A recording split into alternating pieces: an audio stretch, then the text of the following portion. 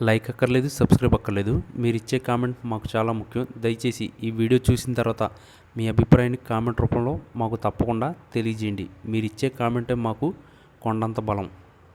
రాజకీయ చదరంగంలో ఎప్పుడు ఏ పాచిక పడుతుందో ఊహించడం ఎవరి తరం కాదు. ముఖ్యంగా పండగ వేళ అందరూ ఆనందోత్సాహంలో మునిగి తేలుతున్న సమయంలో ఆంధ్రప్రదేశ్ రాజకీయాల్లో ఒక్కసారిగా పెను సంచలనం చోటు చేసుకుంది. గత కొంతకాలంగా సబబుగా ఉన్న రాజకీయ వాతావరణం ముఖ్యమంత్రి చంద్రబాబు నాయుడు తీసుకున్న ఒక అనూహ్య నిర్ణయంతో వేడెక్కింది. ఈ పరిణామం వైఎస్ఆర్ కాంగ్రెస్ పార్టీ శ్రేణులను, ముఖ్యంగా వైఎస్ భారతిని కోలుకోలేని విధంగా ఆశ్చర్యానికి గురి చేసిందని రాజకీయ వర్గాల్లో చర్చ నడుస్తుంది. పండగ పూట ఇలాంటి పరిణామం ఎదురవుతుందని ఆమె కల్లో కూడా ఊహించని ఉండరని విశ్లేషకులు భావిస్తున్నారు.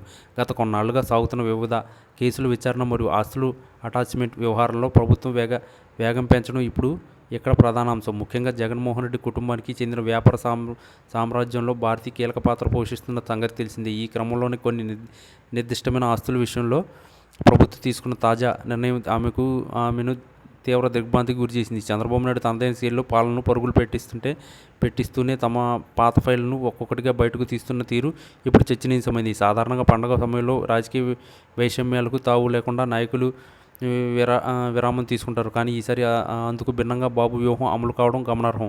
ఈ పరిణామం వెనుక ఉన్న అసలు లోతైన అర్థాలను గమనిస్తే ఇది కేవలం పరిపాలనాపరమైన నిర్ణయం మాత్రమే కాదని స్పష్టమవుతుంది. రాజకీయంగా ప్రతినిధిని బలహీనపరచడమే కాకుండా చట్టపరమైన చిక్కుల్లోని నెట్టేయడం ద్వారా వారి నైతిక స్థైర్యాన్ని దెబ్బతీయాలని ప్రభుత్వం భావిస్తున్నట్టు కనిపిస్తుంది. భారతిరెడ్డికి సన్నిహితంగా ఉండే సంస్థల మీద లేదా ఆమె ప్రత్యక్షంగా పర్యవేక్షించే ప్రాజెక్టుల మీద పడిన ఈ ప్రభావం రాబోయే రోజుల్లో ఎట్లాంటి మలుపులు తిరుగుతుందో ఆందోళన వారి వర్గాల్లో వ్యక్తమవుతుంది. బాబు మార్క్ పాలిటిక్స్ ఎలా ఉంటాయో మరోసారి ఈ ఘటన రుజువు చేసింది. ఉలిక్కిపడడం అన్నది కేవలం ఒక వ్యక్తికి సంబంధించింది మాత్రమే కాకుండా మొత్తం వైఎస్ఆర్ కాంగ్రెస్ పార్టీ నాయకత్వాన్ని ఆలోచనలో పడేసింది. చట్టం తన పని తాను చేసుకుపోతుందని ప్రభుత్వం చెబుతున్నప్పటికీ టైమింగ్స్ మాత్రం ఖచ్చితంగా వ్యూహాత్మకమే అని చెప్పాలి.